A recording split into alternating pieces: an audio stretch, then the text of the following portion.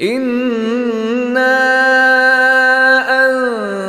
أنزلناه في ليلة القدر وما أدراك ما ليلة القدر ليلة القدر خير من 1000 شهر تنزل الملائكة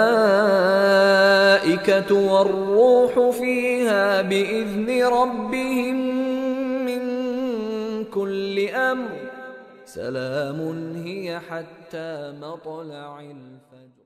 السلام عليكم ورحمة الله وبركاته. الحمد لله رب العالمين والصلاة والسلام على نبينا محمد وعلى آله وصحبه أجمعين وأشهد أن لا إله إلا الله وحده لا شريك له وأشهد أن محمدا عبده ورسوله أما بعد. আজকে আমাদের এই মসজিদ নববীতে যিনি খুতবা দিয়েছেন তিনি হলেন ফজিলাতুল শেখ আব্দুল মুহসিন আল কাসিম, যিনি বাংলাদেশ ভ্রমণ করেছিলেন কিছুদিন আগে। আর যে বিষয়ে তিনি এই মুসলিম উম্মাকে নসিহত করেছেন তার খুতবায় তা হলো রমজানের শেষ দশকে করণীয় নেক আমলসমূহ। আমি এখন ইমাম সাহেবের প্রদত্ত খুতবার অনুবাদ শুরু করছি। আল্লাহ রাব্বুল আলামিন যেন আমাদেরকে তা থেকে কল্যাণ দান করেন, আমিন। ইমাম সাহেব সর্বপ্রথম নসিহত করছেন যে তোমরা আল্লাহ রাব্বুল আলামিনকে ভয় করো, আল্লাহর বান্দারা ভয় করার মতো ভয় করো, এমনকি তাকে গোপনে এবং গোপন থেকে গোপনে তাকেই তোমরা এটাই লক্ষ্য করো যে তিনি দেখছেন, তিনি সব কিছুকে পরিদর্শন করছেন, এটাকে বিশ্বাস করো, এটাকে ভাবো। এরপরে তিনি তার বক্তব্যের প্রবেশের জন্য আল্লাহ রাব্বুল আলামিনের কিছু প্রশংসা করলেন মূল বিষয়ে প্রবেশের আগেই। তা এইভাবে করলেন যে আমাদের রব আল্লাহ সুবহানাহু ওয়া তাআলা তিনি হচ্ছেন করিম ওয়াহাব, তিনি হচ্ছেন দানশীল উদার, তিনি হলেন ওয়াহাব অধিক দানশীল অধিক দানকারী, এমন একজন রব আল্লাহ সুবহানাহু ওয়া তাআলা। তার ধনভাণ্ডার পূর্ণাঙ্গ, তার কাছেই রয়েছে সমস্ত কিছুর রাজত্ব। তিনি তার বান্দাদের উপর তার নিয়ামতকে পরিপূর্ণ করে দেন। তিনি যদি কিছু দিতে চান সেটাকে বাধা দানকারী কেউ থাকে না, আর তিনি যা দেন না সেটাকে দেওয়ার আর কেউ থাকে না। তার দেওয়ার কোনো সীমাবদ্ধতা নেই, আধিক্যতার কোনো সীমানা নেই, তিনি ব্যাপকভাবে দিয়ে থাকেন। আর তার দানটি হচ্ছে ওয়া আতাউহু মুস্তামিরুন দাইমুন, তার দান এটা হচ্ছে সবসময় সর্বসময়। আল্লাহ সুবহানাহু ওয়া তাআলা এমন যে তিনি বান্দাকে চাওয়ার আগেই দিয়ে থাকেন, চাইলে তো দেন, আবার চাওয়ার আগেই তিনি বান্দাদেরকে দিয়ে থাকেন। ওয়া ইউতিহিম আলাইহি আকসারু মিম্মা ইয়াখতুরু বিল খিয়াল, আর তাদেরকে এত বেশি দেন যে তারা তাদের অন্তর দিয়ে চিন্তাও করতে পারে না, এত বেশি আল্লাহ তাআলা তাদেরকে দিয়ে থাকেন। সুবহানাল্লাহ। আকাশে এবং জমিনে এমন কোনো শক্তি নেই তার এই দান থেকে বাধাগ্রস্ত করতে পারে। সুতরাং যে মহান আল্লাহ সুবহানাহু ওয়া তাআলা এমন, তিনি হকদার, আমরা তার প্রশংসা জ্ঞাপন করব, তার নিয়ামতের প্রশংসা আদায় করব। কিভাবে? বিইখলাসিল মাহাব্বাতি ওয়াল ইবাদাতি লাহু ওয়া নিসবাতিন নিআমি ইলাইহি ওয়া তাসরিফিহা ফি তাআতিহি। আমরা একনিষ্ঠভাবে মহান আল্লাহ রাব্বুল আলামিনকে ভালোবাসব, এককভাবে তার গোলামি করব, আর নিয়ামতগুলোকে তার দিকে সম্বোধন করব যে তিনিই নিয়ামত দাতা। আর এই নিয়ামতগুলোকে আমরা আল্লাহ রাব্বুল আলামিনের আনুগত্যের মাঝে ব্যবহার করব। এভাবেই আমরা আল্লাহ রাব্বুল আলামিনের প্রশংসা আদায় করতে পারি এবং তাকে স্মরণ করতে পারি তার নিয়ামতের ব্যাপারে। প্রিয় বন্ধুগণ, আল্লাহ রাব্বুল আলামিন তার বান্দাকে তিনি যে অন্যতম একটি দান দিয়ে থাকেন সেটা হচ্ছে তার ক্ষমা। তার ক্ষমাই হচ্ছে এক বিরাট নিয়ামত বান্দাদের জন্য, যাকে ইচ্ছা তিনি তাকে ক্ষমা করে থাকেন। কারণ আল্লাহ সুবহানাহু ওয়া তাআলা বলছেন ইন্নাল্লাহা লাআফুউন গফুর, আল্লাহ তাআলা এমন সত্তা, তিনি হলেন না আফুউন ক্ষমাশীল, গফুর ক্ষমাশীল। তবে এই দুয়ের মাঝে পার্থক্য হলো আফুউন শব্দের অর্থ হলো যে একদম মুছে ফেলেন, ক্ষমা তো করেন, একদম মুছে ফেলেন, কিছুই রাখে না বান্দাদের গুনাহ। আবার গফুর ক্ষমাশীল মানে গোপন করেন বান্দাদের গুনাহগুলিকে। সুবহানাল্লাহ, তিনি এমন একজন রব আল্লাহ সুবহানাহু ওয়া তাআলা। প্রিয় ভাইরা আমার, আল্লাহ সুবহানাহু ওয়া তাআলা তিনি এমন যে বান্দাদের অসংখ্য গুনার শাস্তি তিনি দেন না, এমনিতেই তাদেরকে ক্ষমা করে দেন, তবে তখনই তিনি শাস্তি দেন যখন তারা আল্লাহর সাথে সমকক্ষ স্থাপন করে, আল্লাহর সাথে শরীক নির্ধারণ করে, তখনই আল্লাহ তাআলা বান্দাদেরকে আযাব দেন। অন্যথায় অসংখ্য পাপের শাস্তি না দিয়েই তাদেরকে ক্ষমা করে দেন। সুবহানাল্লাহ। আল্লাহ রাব্বুল আলামিন বলছেন, ওয়া হুয়াল্লাযী ইয়াকবালুত তাওবাতা আন ইবাদিহি ওয়া ইয়াফু আনিস সাইয়্যাতি ওয়া ইয়ালামু মা তাফআলুন। আল্লাহ তাআলা ওই সত্তা যিনি তার বান্দাদের তওবাকে কবুল করেন আর বান্দাদের সাইয়্যাতগুলোকে, পাপগুলোকে মোচন করে দেন। সুবহানাল্লাহ। ওয়া ইয়ালামু মা লা তাফআলুন ওয়া ইয়ালামু মা তাফআলুন, আর তোমরা যা কিছু করো সব আল্লাহ রাব্বুল আলামিন জানেন। প্রিয় বন্ধুগণ, এরপর ইমাম সাহেব বলছেন তিনি হলেন আফুউন ইউহিব্বুল আফওয়া। আল্লাহ তাআলা নিজেই ক্ষমাশীল, আবার ক্ষমাকে তিনি ভালোবাসেন। আর তিনি এটাও ভালোবাসেন, ওয়া ইউহিব্বু মিন খালকিহি সাই ফি তাহসিলি আসবাবি আফইহি বিল ইস্তিগফারি ওয়াত তাওবাতি ওয়াল ঈমানি ওয়াল আমালিস সালিহা। তিনি এটাও ভালোবাসেন যে বান্দারা চেষ্টা করবে, জান প্রাণ দিয়ে তারা প্রচেষ্টা চালাবে আল্লাহ তাআলা যেই পথে ক্ষমা করেন সেই পথে চলার জন্য। যেই কাজগুলিতে আল্লাহ তাআলা ক্ষমা করেন সেই কাজগুলিকে অর্জন করার জন্য তারা চেষ্টা করবে। তা হলো তারা আল্লাহর কাছে ক্ষমা প্রার্থনা করবে, আল্লাহর দিকে ফিরে আসবে, ঈমান আনবে, আর সৎ আমল করার মাধ্যমে আল্লাহ তাআলার কাছে তারা ক্ষমা প্রার্থনা করবে। এই যে পথগুলো রয়েছে এগুলো পথ গ্রহণ করুক বান্দারা, এটাও আল্লাহ তাআলা ভালোবাসেন, পছন্দ করেন। সুবহানাল্লাহ। প্রিয় বন্ধুগণ, এরপর ইমাম সাহেব তিনি রমজানের কিছু ফজিলত বর্ণনা করলেন, যে এই রমজান মাসে আল্লাহ রাব্বুল আলামিনের দয়া অনুগ্রহের ব্যাপক প্রকাশ দেখা যায়, তার ক্ষমারও ব্যাপক দৃষ্টান্ত দেখা যায়। আর এই রমজান মাস তো হলো ফজিলতপূর্ণ মাস, ক্ষমার মাস, যেই মাসে আল্লাহ রাব্বুল আলামিন আমলগুলোকে বহু গুণে বৃদ্ধি করে দেন, গুনাহগুলিকে মাফ করে দেন। আর এই মাসে আল্লাহ সুবহানাহু ওয়া তাআলা তার রহমতের দরজাকে, জান্নাতের দরজাকে খুলে দেন, আর শয়তানকে বন্দী করেন, জাহান্নামের দরজাকে বন্ধ করে দেন। এই রমজান মাস তো হলো রোজার মাস, কোরআন তেলাওয়াতের মাস, সৎ কাজ ও ইহসান কাজের মাস। এই মাসে আল্লাহ রাব্বুল আলামিনের সাথে ব্যবসার রয়েছে ব্যাপকতা, অর্থাৎ বহু গুণে আল্লাহ তাআলা বৃদ্ধি করে দেন। আল্লাহর সাথে যারা ব্যবসা করে, অর্থাৎ আল্লাহর গোলামি যারা করে, সেই গোলামির প্রতিদান ব্যাপকভাবে আল্লাহ তাআলা বৃদ্ধি করে দেন। ইমাম ইবনুল জাওজি রাহমাতুল্লাহ আলাইহি তিনি বলছেন, সাওয়াবুল আমালি ইয়াজিদু বিজিয়াদাতিন বিশরাফিল ওয়াক্তি কামা ইয়াজিদু বিহুযুরিল কলবি ওয়া বিখুলুসিল কসদি। সওয়াব তো বহুগুণে বৃদ্ধি করেন, আমলের প্রতিদান বহুগুণে বৃদ্ধি করা হয় এই মাসে। কিভাবে? এটা হলো সময়ের মর্যাদার কারণে, অর্থাৎ সময়টা যেহেতু মর্যাদাপূর্ণ, এই কারণে আল্লাহ তাআলা নেকিও অনেক গুণে বৃদ্ধি করে দেন। যেভাবে আল্লাহ তাআলা বান্দার নেকিকে বৃদ্ধি করেন, বান্দা যখন একনিষ্ঠভাবে একাগ্র চিন্তে আল্লাহর গোলামি করে, তখন ওই আমলের প্রতিদান আল্লাহ তাআলা বহুগুণে বৃদ্ধি করেন। অর্থাৎ দুইজন ব্যক্তি নামাজ পড়লো, একই নামাজ, একজনের নামাজের প্রতিদান বহু গুণে বৃদ্ধি হবে, আরেকজনের কম হবে। সেটা হলো যার ইখলাস যত বেশি শক্তিশালী, যার একাগ্রতা আল্লাহর ব্যাপারে যত বেশি শক্তিশালী, তার আমলের প্রতিদান তত বেশি বৃদ্ধি করা হয়। এভাবে রমজান মাসের প্রতিদান আল্লাহ তাআলা বেশি করে বৃদ্ধি করে থাকেন। প্রিয় বন্ধুগণ, এটা দ্বারা ইমাম সাহেব আমাদেরকে বুঝাইলেন আমরা যেন রমজান মাসে বেশি বেশি করে আল্লাহর কাছে ক্ষমা চাই, বেশি বেশি করে সৎ আমল করি, বেশি বেশি করে কোরআন তেলাওয়াত করি। এটাই আমাদেরকে ইমাম সাহেব নসিহত করছেন। প্রিয় বন্ধুগণ, এরপরে ইমাম সাহেব বলছেন যে সালাতুল লাইল, রাত্রিবেলা নামাজ, এটা তো হলো ফরজ নামাজের পরে সবচেয়ে উত্তম নফল ইবাদত। যে ইবাদত সম্পর্কে আল্লাহ রাব্বুল আলামিন প্রশংসা করেছেন, যারা এই রাত্রিবেলা কিয়ামুল লাইল করে তাদের প্রশংসা তো আল্লাহ তাআলা কোরআনুল কারীমে করেছেন।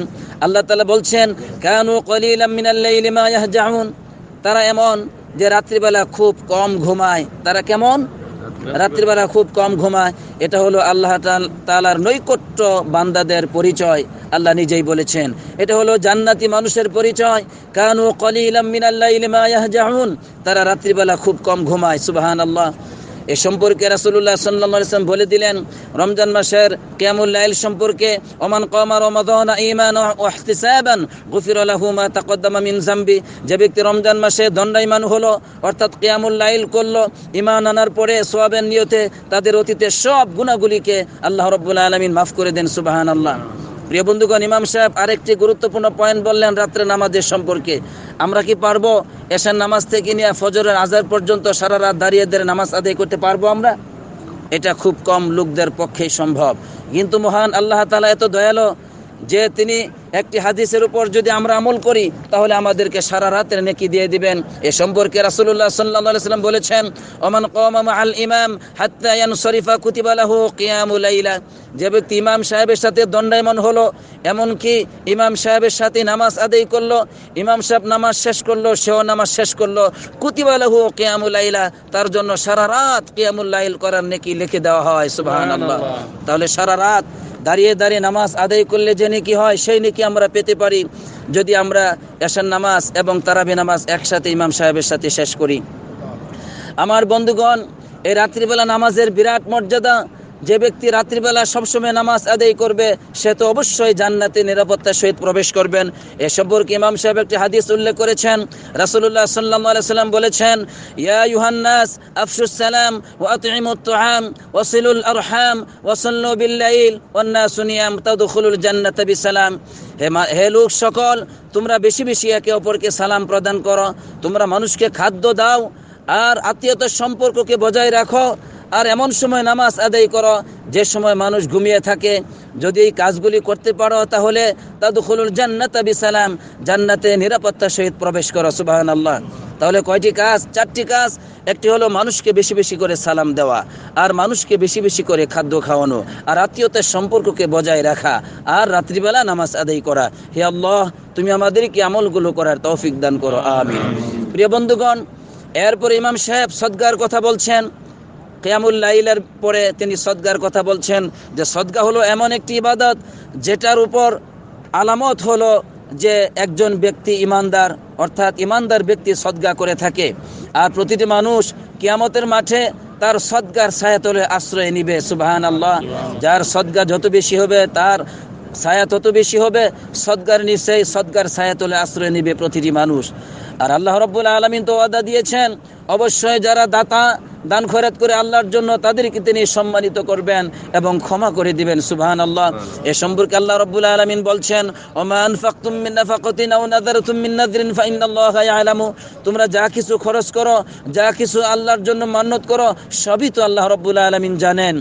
আর প্রিয় বন্ধুগণ, আর এই যে আল আইয়াম আল ফাদিলা, এই যে দিনগুলো এখন যাচ্ছে, রমজানের শেষ দশক, এই দিনগুলো মর্যাদাপূর্ণ। এই দিনগুলোতে আল্লাহ তাআলা দানকে বহুগুণে বৃদ্ধি করে থাকেন। সুবহানাল্লাহ।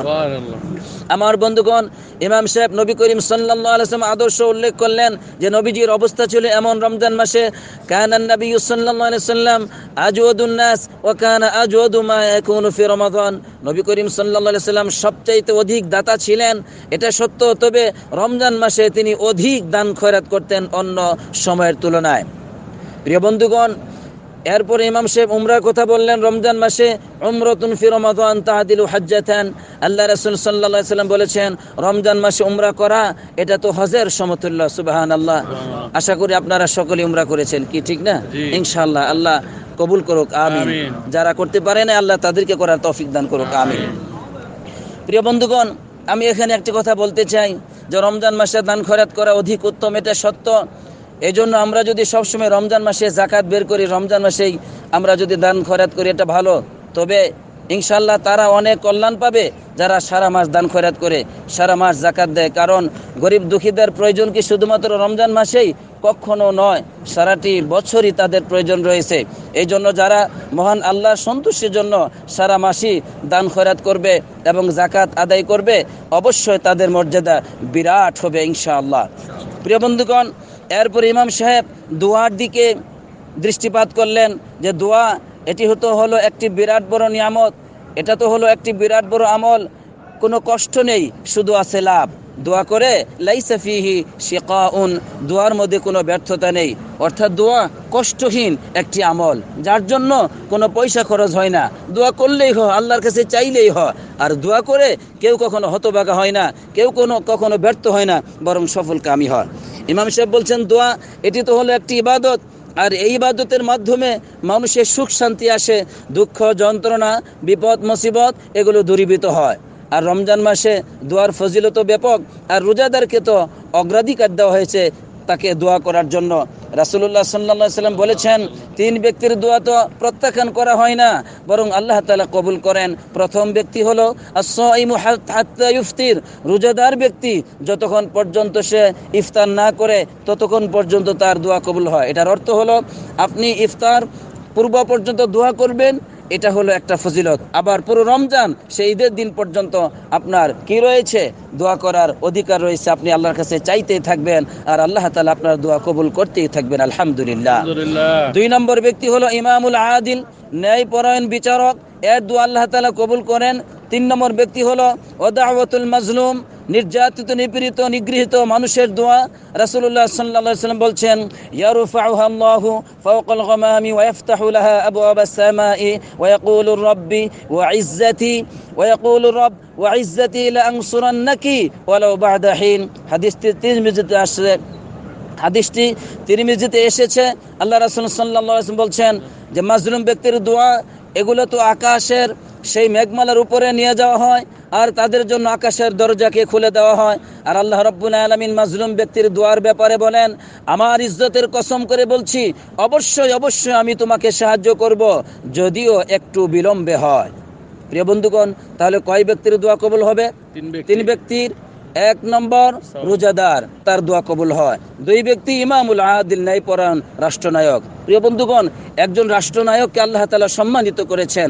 সে যদি রাষ্ট্রের জনগণের নিরাপত্তার জন্য, দিনকে প্রতিষ্ঠিত করার জন্য, জনগণের হক যথাযথভাবে আদায় করার জন্য মহান আল্লাহর কাছে দোয়া করে, আল্লাহ রাব্বুল আলামিন তার দোয়াকে কবুল করবেন, সুবহানাল্লাহ।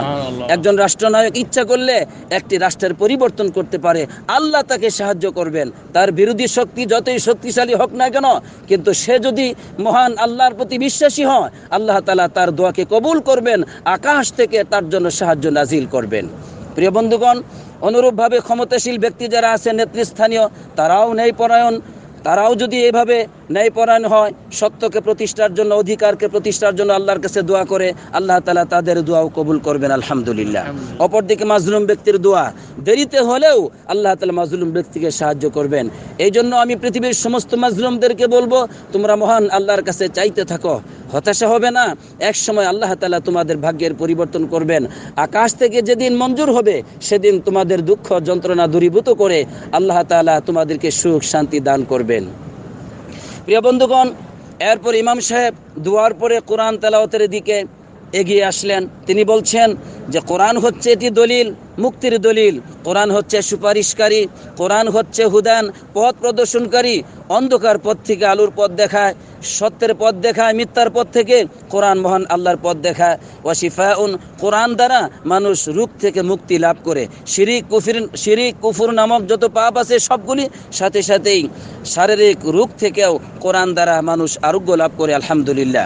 কোরআন এ অনুযায়ী যারা আমল করে তারা হলো আল্লাহ তাআলার সবচেয়ে নিকটবর্তী মানুষ। ওহুম আহলুল্লাহি ওয়া খাসাতুহু, কোরআন যারা পড়ে, কোরআন অনুযায়ী যারা আমল করে, তারা আল্লাহ রাব্বুল আলামিনের পরিবার এবং আল্লাহ তাআলার সবচেয়ে খাস নিকটবর্তী বান্দা। আল্লাহ রাব্বুল আলামিন তাদের ব্যাপারে ওয়াদা দিয়েছেন, তিনি তাদেরকে উত্তম প্রতিদান দিবেন তার দয়া অনুগ্রহ দ্বারা। আল্লাহ রাব্বুল আলামিন তাদের ব্যাপারে ঘোষণা দিয়েছেন, ইন্নাল্লাযীনা ইয়াতলুনা কিতাবাল্লাহ ওয়া আকামুস সালাতা ওয়া আনফাকু মিম্মা রাযাকনাহুম সিররা ওয়া আলানিয়া ইয়ারজুনা তিজারাতান লান তাবুর লিওয়াফিয়াহুম উজুরহুম ওয়া ইয়াজিদাহুম মিন ফাদলি। নিশ্চয় যারা আল্লাহর কিতাবকে তেলাওয়াত করলো এবং নামাজ প্রতিষ্ঠা করলো এবং আমি আল্লাহ তাআলা তাদেরকে যে রিজিক দিয়েছি তা থেকে তারা খরচ করলো গোপনে এবং প্রকাশ্যে। আল্লাহ বলেন তারা এমন এক ব্যবসা করছে, এমন এক ব্যবসার আশা করছে যেই ব্যবসায় কখনো কোনো লোকসান নেই।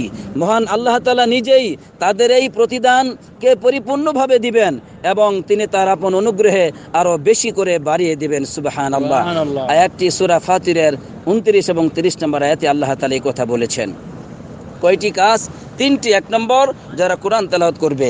2, যারা আল্লাহর নামাজ আদায় করবে। 3, যারা আল্লাহর পথে খরচ করবে। যতটুকু আল্লাহ সাধ্য দিয়েছেন তা থেকেই 50 পয়সা হলেও, 1 পয়সা হলেও খরচ করবে, আল্লাহ তাতেই এই মর্যাদা তাকে দিবেন, সুবহানাল্লাহ।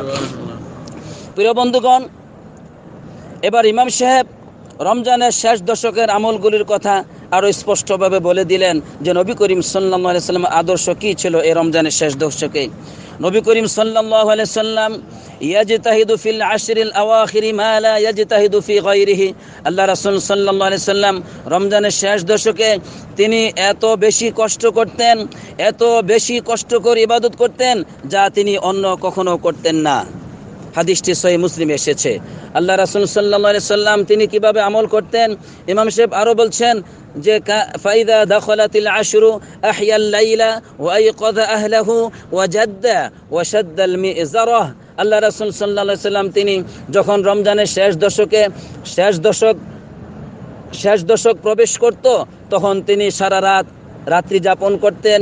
ওয়া আইকাযা আহলাহু, তিনি তার আহাল পরিবারকে জাগ্রত করতেন, এবং ওয়াজাদ্দা, জান প্রাণ দিয়ে তিনি চেষ্টা করতেন, ওয়া শাদ্দাল মিযরা, এবং লুঙ্গিকে কোমরকে খুব শক্তভাবে বাঁধতেন।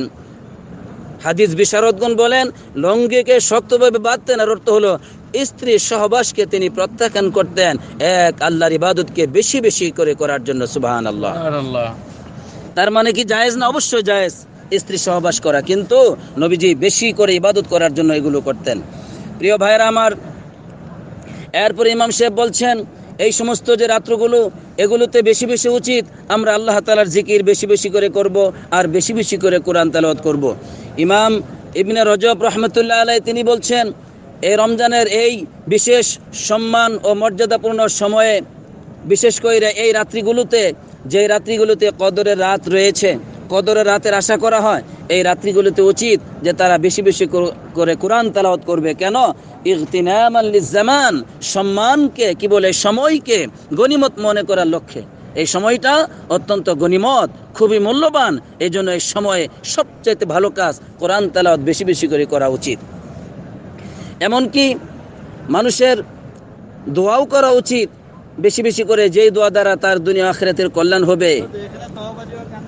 প্রিয় বন্ধুগণ, দোয়াও করা উচিত। এই জন্য আয়েশা রাদিয়াল্লাহু তাআলা আনহা নবী করিম সাল্লাল্লাহু আলাইহি ওয়াসাল্লামকে জিজ্ঞাসা করলেন, ইয়া রাসূলুল্লাহ আরাইতা ইন ওয়াফাকতু লাইলাতাল কদরি মা আকুলু ফিহা, আমি যদি তৌফিক পেয়ে যাই লাইলাতুল কদরের, তাহলে আমি সেই রাত্রিতে কি বলবো?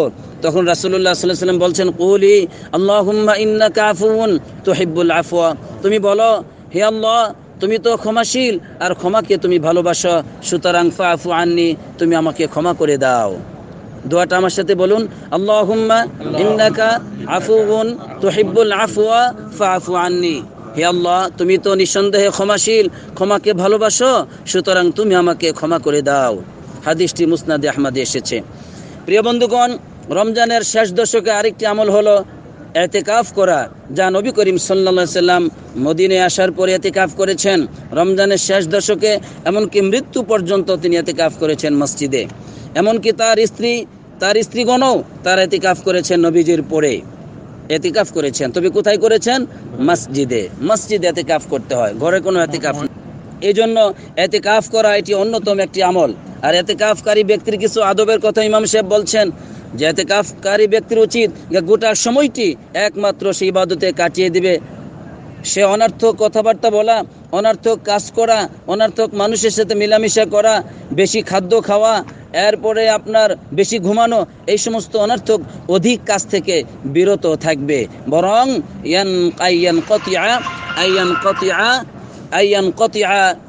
লিল ইবাদা, একমাত্র আল্লাহর ইবাদত করবে। এটা হচ্ছে একজন এতেকাফকারী ব্যক্তির আদব। এবার ইমাম সাহেব বলছেন যে রাসূলুল্লাহ সাল্লাল্লাহু আলাইহি ওয়াসাল্লাম বলেছেন, তাহাররু লাইলাতুল কদরি ফিল আশরিল আওয়াখির মিন রমজান, রমজানের শেষ দশকে তোমরা লাইলাতুল কদরকে তালাশ করো। রমজানের শেষ দশকে কোন সময়? লাইলাতুল কদরি ফিল বিতির, যে বিতরি যেগুলো মানে বেজুর রাত্রিগুলো আছে সেগুলোতে তোমরা কি করো? এই লাইলাতুল কদরকে তালাশ করো। এজন্য বেজুর রাত্রিগুলো আমরা তালাশ করব। তবে আল্লাহ রাসূল সাল্লাল্লাহু আলাইহি ওয়াসাল্লাম বলেছেন রমজানের যে তোমরা শেষ দশকে তালাশ করো, তবে কেউ যদি দুর্বল হয়, অক্ষম হয়, তাহলে সে যেন অন্তত ওই যে 87 রাত্রি, যেটা লা ইউগলাবান্না আলা সাবইল বাওয়াকি, ওই যে 87 রাত্রি যেটা আছে এটা যেন ফৌত না হয়ে যায়, তার উপর গালেব না হয়, মানে সে যেন এটা ছুটে না যায়। তবে এটাই যে একমাত্র শেষ রজনী তা কিন্তু না, 87 রাত্রির অগ্রাধিকার গুরুত্ব বেশি এসেছে। তবে ইমাম সাহেব শাইখুল ইসলামের বেশ কিছু কথা উল্লেখ করে তিনি যেটা বোঝাতে চাচ্ছেন যে বেজুর রাত্রিগুলোতেই যে হবে এটা কোনো কথা নয়, ঠিক আছে, কিন্তু রমজানের মাস তো কম বেশি হয়, মানুষের জন্য হয় না। কি বলে 29 হয়, 29 রমজানের হয় মাস, রমজান মাস 29 দিনে হয়, আবার 30 দিনে হয়। এই জন্য এখানে বলা হয়েছে যে তারা যেন হাকাযা ইয়ানবাগি আন ইয়াতাহাররাহা আল মুমিন ফিল আশরিল আওয়াখির জামিআহা, মানে একজন মুমিন যেন এই রমজানের শেষ দশকের পুরো সময়টিতেই সে এই লাইলাতুল কদরকে তালাশ করে, সেজন্য শুধুমাত্র বেজুর রাত্রিগুলোর প্রতি নির্ভরশীল না হয়। এটা উলামায়ে কেরাম পরিষ্কারভাবে বলে দিয়েছেন যে শেষ দশকের পুরোটাই একমাত্র লাইলাতুল কদরের আশায় থাকতে হবে। এরপরে ইমাম সাহেব লাইলাতুল কদরের এই রাত্রির ফজিলত বর্ণনা করলেন যে এটা হলো বিরাট ফজিলতপূর্ণ, সম্মানপূর্ণ একটি মর্যাদাপূর্ণ রাত্র, যে রাত্রের সম্মানার্থে আল্লাহ রাব্বুল আলামিন তিনি কোরআনের সূরাই নাজিল করে দিয়েছেন লাইলাতুল কদর বলে। আল্লাহ বলছেন, ওমা আদরাকা মা লাইলাতুল কদর, লাইলাতুল কদরের মর্যাদা কি তুমি কি জানো হে রাসূল? আল্লাহ তাআলা যেখানে অনেক কল্যাণ বরকত নাজিল করে থাকেন, ইন্না আনজালনাহু ফি লাইলাতিন মুবারাকা, এই লাইলাতুল মুবারাকা বলেছেন আল্লাহ তাআলা যে আমি কোরআনকে নাজিল করেছি লাইলাতুল মুবারাকা মানে বরকতময় রাত্রিতে, আর সেটা হলো লাইলাতুল কদর। বুঝে আসছে কথাটি? বন্ধুগণ, এই মাসের মর্যাদা এত, এই রাত্রির মর্যাদা এত যে পৃথিবীতে ফেরেশতা নাজিল হয়, আল্লাহ রাব্বুল আলামিনের শব্দন রহমত বরকত নিয়ে তারা পৃথিবীতে নাজিল হয়। তানাজ্জালুল মালায়েকাতুর রূহু ফিহা বিইذনি রাব্বিহিম মিন কুল্লি আমর, আয়াতে এটাই বলা হয়েছে যে ফেরেশতাগণ নাজিল হয় আল্লাহর অনুমতিতে, আল্লাহ তাআলা সব নির্দেশ রহমত বরকত নিয়ে নাজিল হয়। এটার মর্যাদা এত বেশি যে এই মর্যাদা বা এই রহমত বরকত চলতে থাকে একেবারে ফজর পর্যন্ত। কোন পর্যন্ত? ফজর পর্যন্ত চলতে থাকে। আল্লাহ আমাদেরকে সারা রাত ইবাদত করার তৌফিক দান করুক, আমিন। প্রিয় বন্ধুগণ, এই একটি রাত্রের মর্যাদা এত, আল্লাহ নিজেই বলেছেন লাইলাতুল কদরি খায়রুম মিন আলফি শাহর, হাজার মাসের চাইতে উত্তম এর এক রাত্রির মর্যাদা। সুবহানাল্লাহ। এই জন্য যে ব্যক্তি এই রাত্রিতে দাণ্ডায়মান হবে আল্লাহর সামনে, একমাত্র আল্লাহর সন্তুষ্টির জন্য, মানুষকে দেখানোর জন্য নয়, শোনানোর জন্য নয়, একমাত্র মহান আল্লাহ তাআলার সন্তুষ্টির জন্য। রাসূলুল্লাহ সাল্লাল্লাহু আলাইহি ওয়াসাল্লাম বলেছেন, মান কামা লাইলাতুল কদরি ঈমানান ওয়া ইহতিসাবান গুফিরা লাহু মা তাকদ্দামা মিন যামবি, যে ব্যক্তি লাইলাতুল কদর উদযাপন করলো ঈমান নিয়ে, ইখলাস নিয়ে, সওয়াবের আশায়, তার অতীতের সব গুনাহগুলিকে মাফ করে দেওয়া হয়। সুবহানাল্লাহ। এবার ইমাম সাহেব প্রথম খুতবার শেষাংশে বলছেন যে ফাল আমাল বিল খাওয়াতিম, আমল তো হলো, আমলের শ্রেষ্ঠত্ব প্রমাণিত হবে শেষ দিয়ে। কি দিয়ে বলুন তো? শেষ দিয়ে। প্রথম যার ভালো শেষ যার খারাপ সে নয়, বরং প্রথম যার ভালো শেষও ভালো, সে তো হলো শ্রেষ্ঠ মানুষ। আলহামদুলিল্লাহ, যে ব্যক্তির প্রথম ভালো এবং শেষও ভালো সে ব্যক্তি হলো শ্রেষ্ঠ মানুষ, সেজন্য আল্লাহ শুকর আদায় করে। তবে ওমান আসা ফিমা মাদা ফালইয়াতুব ফিমা বাকিয়া ফাবাবুত তাওবা মাফতুহুন ওয়া আতাউল্লাহি মামনু, যে ব্যক্তি প্রথমে অপরাধ করেছে, অন্যায় করেছে, আল্লাহর অবাধ্য হয়েছে, সেজন্য মহান আল্লাহর কাছে তওবা করে, কেননা তওবার দরজা এখনও সময় আছে, এখনও খোলা, আল্লাহর দয়া অনুগ্রহ এখনও খোলা আছে, সেজন্য আল্লাহর কাছে তওবা করে। এর মানে যে এখন পর্যন্ত ভালো করে ইবাদত করে নাই, এখনও যেন সে আল্লাহর কাছে তওবা করে প্রাণ খুলে জান প্রাণ দিয়ে ইবাদত শুরু করে দেয়। আল্লাহ আমাদের সকলকে তৌফিক দান করুক, আমিন। আল্লাহ বলেছেন, ওমাই ইয়াত্তাকিল্লাহ ইয়াজআল লাহু মাখরাজা, যে ব্যক্তি আল্লাহকে ভয় করে আল্লাহ তাআলা তার জন্য পথ খুলে দেন, রিজিকের পথ খুলে দেন। যে ব্যক্তি আল্লাহকে ভয় করে আল্লাহ তাআলা তার জন্য রিজিকের, সৎ আমলের, দুনিয়া আখিরাতের সব ধরনের কল্যাণের পথকে খুলে দেন। আলহামদুলিল্লাহ, আল্লাহকে ভয় করা উচিত। এভাবেই প্রথম খুতবা শেষ করেছেন ইমাম সাহেব। দ্বিতীয় খুতবায় তিনি মূল্যবান কিছু নসিহত করেছেন। তিনি বলছেন যে দুনিয়াটা হলো সময়, রাত এবং দিন এগুলো হলো সাআতুন ওয়া আইয়ামুন, কিছু সময় এবং দিন। দুনিয়ার জীবনটাই কি? কিছু সময়, কিছু দিন, আর কিছু না। তবে ওয়া উমরুল ইনসান মিনহা আমালুহু, একটা মানুষের জীবন তো ততটুকুই, বা সেটাই তো জীবন যেই জীবনে সৎ আমল করা হয়, যে জীবনে সৎ আমল করা হয় এটাই হচ্ছে তার জীবন, আর বাকি সময়গুলো অনর্থক হিসেবে পরিগণিত হবে। নাউজুবিল্লাহ। সুতরাং ওয়াসঈদ মান খাল্লাদাহা বিআহসানিল আমাল, যে ব্যক্তি জীবন যাপন করলো উত্তম আমল দ্বারা, ওই ব্যক্তি তো হলো ভাগ্যবান। ওয়াল ফাইজ মান ইগতানামা বিল খাইরি লাহযাতিন ওয়াক্তুহু, আর ভাগ্যবান তো ওই ব্যক্তি, সবলকামী ওই ব্যক্তি, যে ব্যক্তি এই গুরুত্বপূর্ণ সময়গুলিতে খুব গুরুত্ব দিয়ে কল্যাণকর কাজ করলো। আর ওই ব্যক্তি হতভাগা মানিন ফারাতা আমরুহু ওয়া গাফালা কলবুহু ওয়াত্তাবা হাওয়া, যে ব্যক্তি আল্লাহর আনুগত্যের ক্ষেত্রে সে অবহেলা করলো, যে ব্যক্তির কলব হৃদয় এখনো গাফেল, ওয়াত্তাবা হাওয়াহু, যে ব্যক্তির হৃদয় প্রবৃত্তির অনুসরণ করে, পাপের পথের অনুসরণ করে, সেই ব্যক্তি তো হলো হতভাগা, সেই ব্যক্তি হলো বঞ্চিত। আর সবচেয়ে বড় বঞ্চিত ওয়াল মাহরুম মান হুরিমাল খায়রু ফি রমাদান, আর সবচেয়ে বড় বঞ্চিত ব্যক্তি হলো যে ব্যক্তি রমজান মাসে কল্যাণ থেকে বঞ্চিত হলো। ওয়াশাকি মান শাকিয়া ফি উনসিল আজমান, আর হতভাগা তো ওই ব্যক্তি যে ব্যক্তি এই গুরুত্বপূর্ণ সময়ে হতভাগা হলো। আল্লাহ রাসূল সাল্লাল্লাহু আলাইহি সাল্লাম উদাত্ত কণ্ঠে জানিয়ে দিয়েছেন, রগিমা আনফু রাজুলিন দাখালা আলাইহি রমাদান সুম্মা সালাখা ক্বাবলা আন ইউগফারা লাহ, রাওয়াহু তিরমিজি। তিরমিজিতে এসেছে আল্লাহ রাসূল সাল্লাল্লাহু আলাইহি সাল্লাম বলেছেন, ওই ব্যক্তির নাক ধুলাই মলিন হোক, অর্থাৎ ওই ব্যক্তি ধ্বংস হোক যে ব্যক্তির নিকটে রমজান মাস প্রবেশ করলো অথচ রমজান মাস চলে গেল, সে তার পাপ থেকে ক্ষমা নিতে পারল না, সে তার পাপ থেকে পবিত্র হতে পারল না, সেই ব্যক্তি ধ্বংস হোক। নবীজি আমিন বলেছিলেন, নাউজুবিল্লাহ।